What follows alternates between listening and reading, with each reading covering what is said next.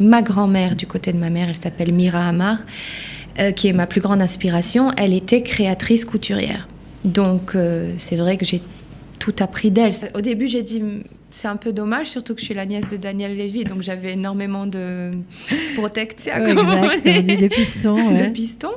Mais voilà, finalement, j'ai appris à chanter, danser et faire mes pièces de théâtre pendant mes études à Shenkar. Ils ont relevé le défi de l'Alia. Alia Story, c'est vous, c'est nous.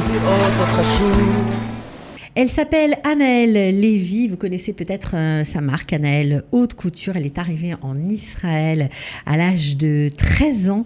Elle était surnommée, lorsqu'elle est arrivée, la gitane. On va expliquer tout de suite pourquoi. Aujourd'hui, elle est bien loin de tout ça, parfaitement intégrée à la société israélienne. On est ravis de l'accueillir. Anaëlle, bonjour. Bonjour. Alors, on est très content de vous accueillir. Ça nous fait sourire quand on vous voit si chic et quand on connaît vos créations si féminines et vaporeuses qu'on ait pu un jour vous appeler la gitane. On ne comprend pas très bien pourquoi, mais vous allez nous éclaircir, bien sûr, sur ce thème. Alors, vous avez grandi bien loin de nous. En Martinique. Voilà. Je suis née à Paris et j'ai grandi en Martinique. Jusqu'à quel âge ? Jusqu'à 12 ans. Et après, on est allé en France pour une période d'1 an, le temps de faire la Alia, enfin de préparer la Alia. Alors, la Martinique, j'imagine que vous avez dû avoir une enfance de rêve. Oui. L'enfance de rêve sur la plage, le surf, la plongée sous-marine, les fleurs de partout, coco, ananas, vraiment comme dans pieds nus, oui. C'est ça, c'est comme dans les films, quoi. Pieds nus, les tresses et tout, très bronzé, très métissé, voilà. Donc, vraiment, les vacances. Les vacances. Alors finalement, vos parents, qui sont quand même très proches d'Israël, en tout cas dans leur cœur, et très sionistes, décident que c'est pas possible en vous voyant grandir et qu'il faut partir en Israël. Exactement. C'est comme ça que ça se passe. Voilà, exactement. Alors, comment ça s'est passé pour vous ? Parce que j'imagine que ça a dû faire quand même un petit choc. Choc thermique déjà. Parce que vous n'êtes pas arrivé tout de suite en Israël. D'abord, vous êtes passé par la France. Par Strasbourg. Donc, okay. Alors... de la Martinique où il faisait très très chaud, on est arrivé à Strasbourg en hiver où il faisait extrêmement froid. Donc moi qui avais l'habitude d'être pieds nus, c'était la première fois que je voyais de la neige. Je dois avouer, c'était émouvant pour moi. Mais d'un autre côté, c'est la première fois que j'ai vu une grande communauté juive. Et parce qu'en Martinique, il faut le savoir, il y a rien, pas 400 juifs, un truc comme ça. C'est tout petit. Voilà. Et du coup, donc, je suis à l'école à Kiva avec... plein d'amis, plein de juifs de partout, la grande synagogue. Voilà, donc pour les enfants là-bas qui avaient mon âge, 12 ans, ils m'ont appelée la gitane parce qu'ils m'ont vu débarquer avec les cheveux hirsutes. Voilà, exactement. Et puis je connaissais vraiment rien, quoi. Et au fur et à mesure, je me suis adaptée, mais même au niveau de mon français, c'était pas tout à fait ça. J'avais un grand décalage, on va dire. Un grand décalage. Alors, vous y restez 1 an, le temps de préparer, de faire les papiers, de préparer votre alia. Et finalement, 1 an plus tard, vous débarquez en Israël. Autre choc, j'imagine. Oui. Donc, du coup, on arrive à Herzliya, l'Ulpan. Donc, il faut vite apprendre l'hébreu parce que je suis... Donc là, vous avez 13 ans. Voilà, exactement. Vous ne comprenez rien, encore une fois, vous êtes encore larguée. Complètement. Une fois que je me suis habituée à une certaine mentalité en France, de communauté juive et très française, j'arrive à Herzliya où c'est très israélien. Je ne suis pas du tout acceptée. Il y a beaucoup de Russes ? Beaucoup de Russes, exactement. Donc, dans mon ulpan, donc du coup, je veux vite apprendre l'hébreu pour... vite partir. Et voilà. Et donc, du coup, on est arrivé à Ra'anana. On a quitté Herzliya, on est arrivé à Ra'anana. Et là, par contre, je me suis sentie comme un petit poisson dans l'eau parce que c'est très communautaire. Il y a plein de Français, il y a des Américains, des Espagnols, il y a un peu de tout.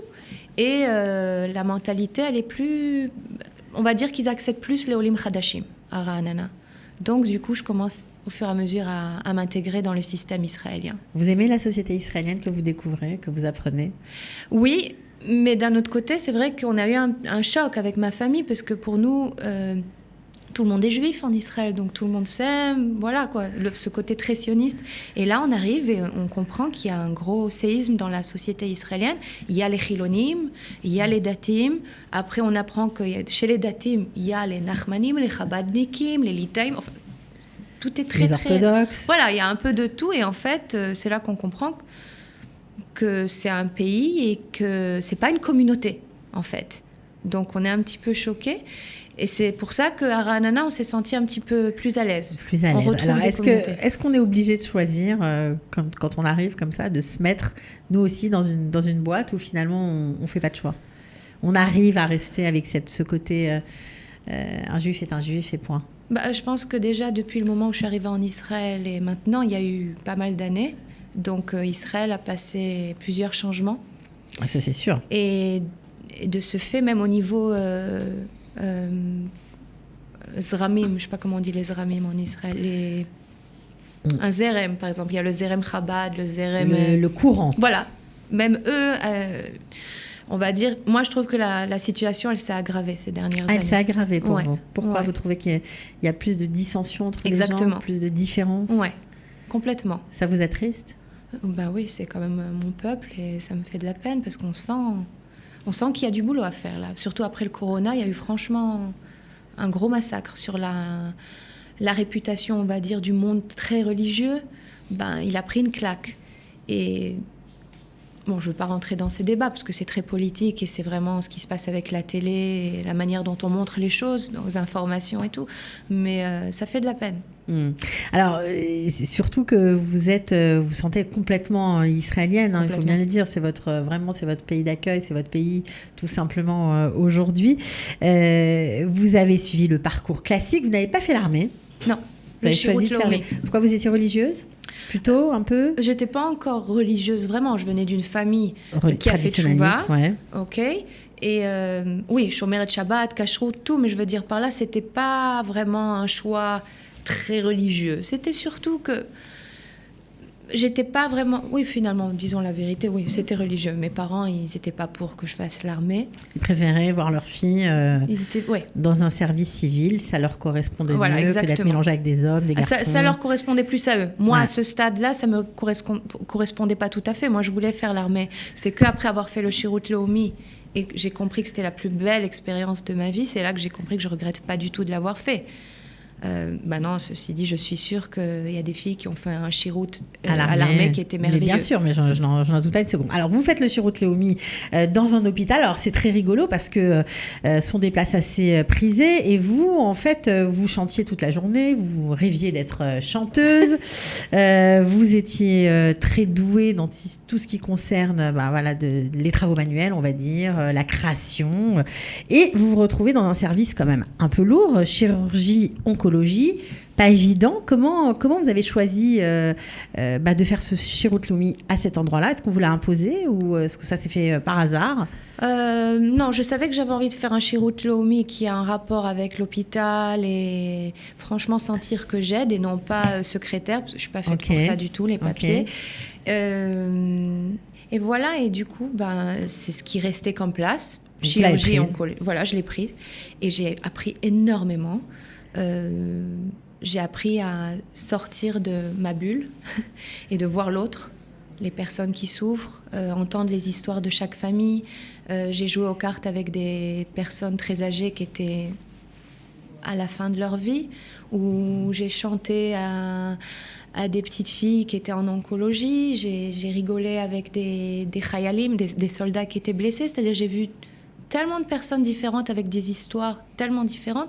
Et c'est là qu'on se rend compte que finalement, tout le monde se retrouve à égalité quand il s'agit de la santé. On ne voit plus du tout celui-là, il est vieux, celui-là, il est jeune, celui-là, il est riche, celui-là, il est pauvre. Tout le monde est au même niveau. Au même stade. Ça vous a plu? Énormément. Ça vous a réconcilié un peu. Voilà, exactement. Avec la société israélienne. Il y avait un peu de tout. C'était pas que de la société israélienne. Mais c'est vrai que j'ai beaucoup aimé mon Shirut Leomi parce que j'ai trouvé qu'il y avait quelque chose d'incroyable au niveau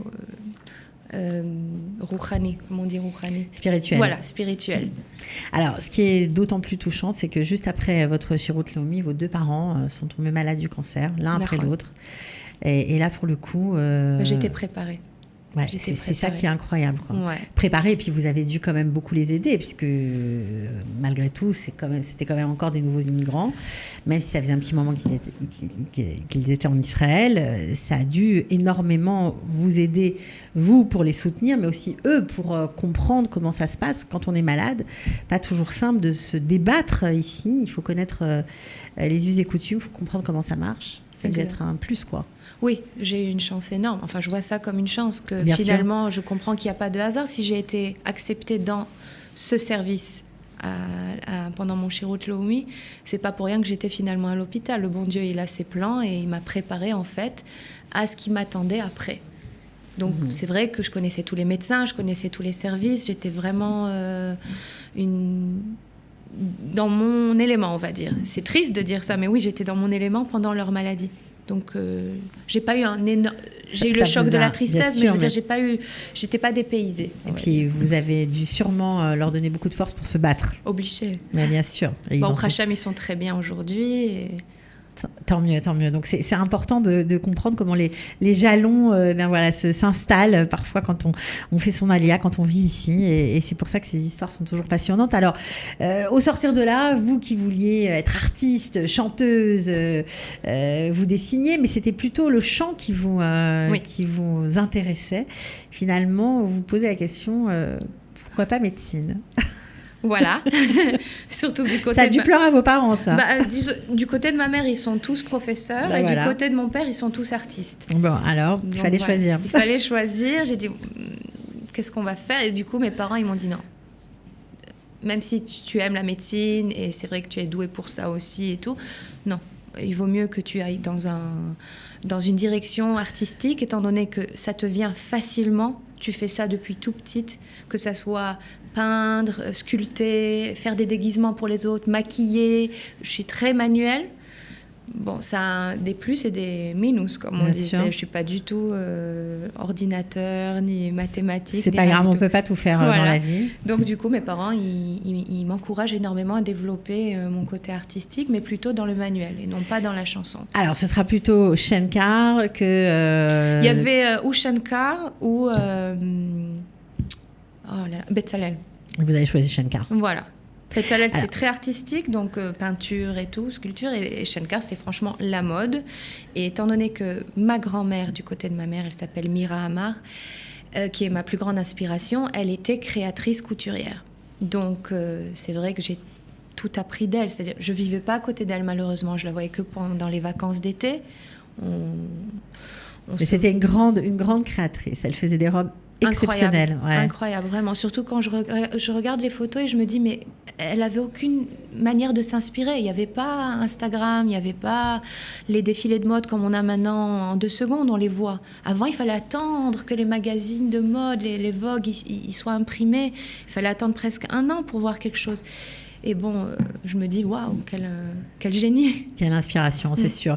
Donc, voilà, vous dites adieu à vos rêves de jeune fille. Ça va, c'était pas trop compliqué ? De ne pas être chanteuse ? Et voilà.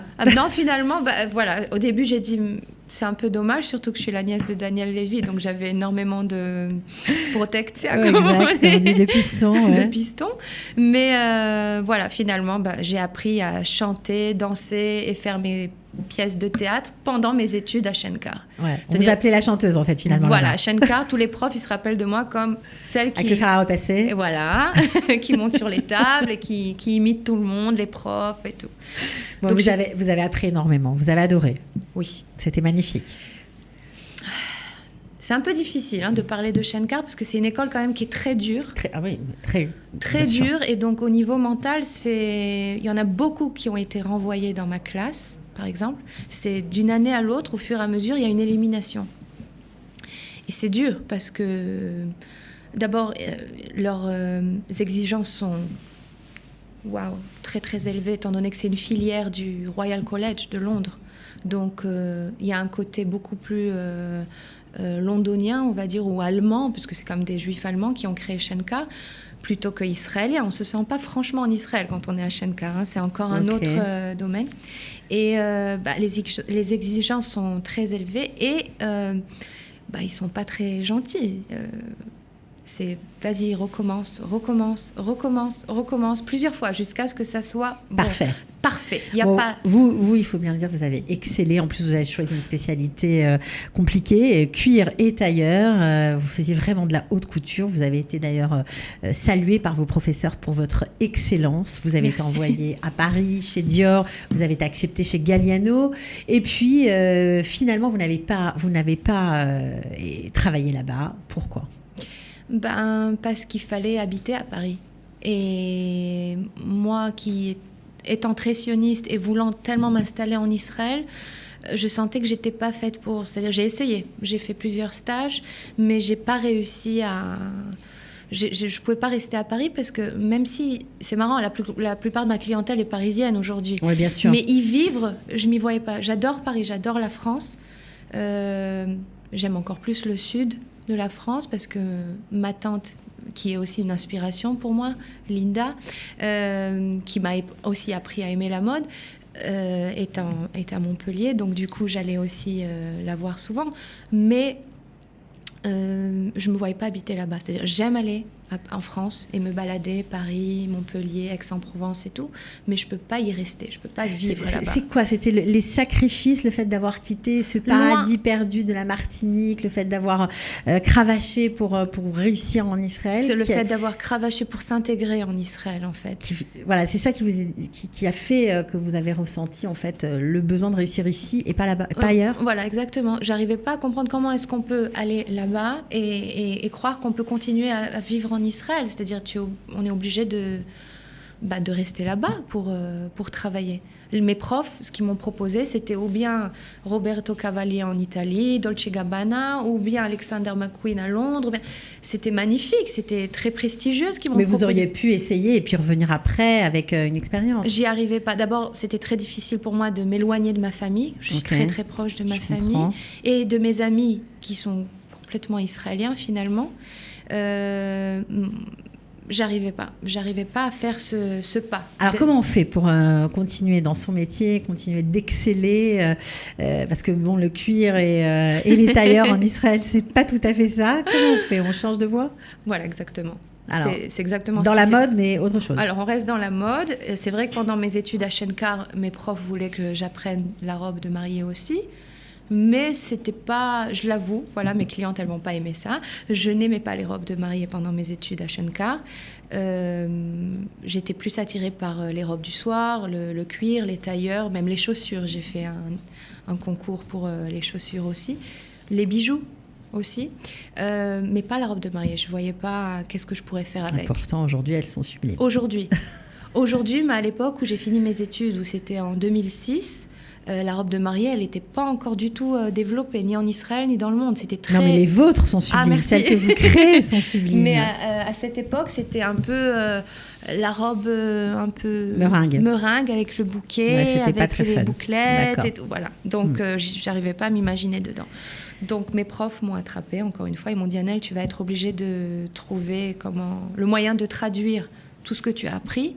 Si tu restes en Israël et que tu veux faire de la haute couture, tu vas être obligé de te mettre dans la robe de mariée. C'est le seul domaine qui marche. C'est pour ça que vous êtes rentrée chez Galia Lave ? Exactement. C'est comme ça que ça a commencé ? C'est comme ça que ça... Bon, c'est vrai que Galia, elle m'avait repérée déjà pendant que j'étais à Shenkar, puisqu'en fait, quand on est en 3e année, ils invitent les profs, les maisons de couture et tout pour venir nous voir et ils nous repèrent. Donc, elle m'a repérée et dès que j'ai fini mes études... j'ai d'abord fait 1 an dans les tailleurs pour hommes, chez David Sasson. Je voulais faire un break un petit peu des femmes. Donc, j'ai fait les smokings et tout pour hommes. Et après, je me suis relancée dans la robe de mariée. Je suis allée chez Galia Lave. Et là, c'était une expérience. C'est incroyable, parce que vous aviez des moyens de faire... c'est une grosse structure. C'était des gros budgets pour les tissus. Je partais à la première vision de Paris. Je pouvais acheter... ce que je voulais pour les nouvelles collections, parce que sachant qu'il y avait 100 modèles à dessiner par mois. Donc, c'était beaucoup de collections. Il faut apprendre quand même tout ça, le métrage, combien de tissus il faut, quel genre de tissu, il y a beaucoup de choses. Tout ça, vous connaissiez déjà ? Non, j'avoue. J'étais spécialisée donc, dans le modeling, c'est-à-dire le drapé et tout. Je savais développer des patrons. Mais je ne savais pas encore comment est-ce qu'on calcule des métrages pareils pour des collections. Donc vous avez appris aussi. Alors j'étais très bien entourée. Il y avait une trentaine de modélistes, une trentaine de couturières, il y avait des brodeuses, c'est-à-dire j'avais vraiment un staff énorme à gérer. Et j'étais jeune, donc du coup elle m'a vite lancée dans, comment on dit, dans le bain. Voilà, exactement. Et faut dire qu'elle m'a entièrement fait confiance. Et ça, j'en suis reconnaissante. Et voilà, et du coup, j'ai appris avec des personnes extrêmement douées qui étaient beaucoup plus âgées que moi. Si moi, j'avais à peu près, je sais pas, moi, 26 ans, elles avaient toute la soixantaine. Donc, c'était des femmes qui avaient depuis très longtemps appris à coudre. Toutes, elles sont russes. Je vous rassure. Ouais, vous avez appris énormément. Alors, un petit pincement au cœur quand même, parce que vous avez dessiné des centaines de modèles et comme vous étiez jeune, vous aviez un contrat très intéressant. Vous avez gagné beaucoup d'argent. Et dans ce contrat, vous avez cédé vos droits sur vos créations sans même le savoir, sans même vous en rendre compte. Sans même...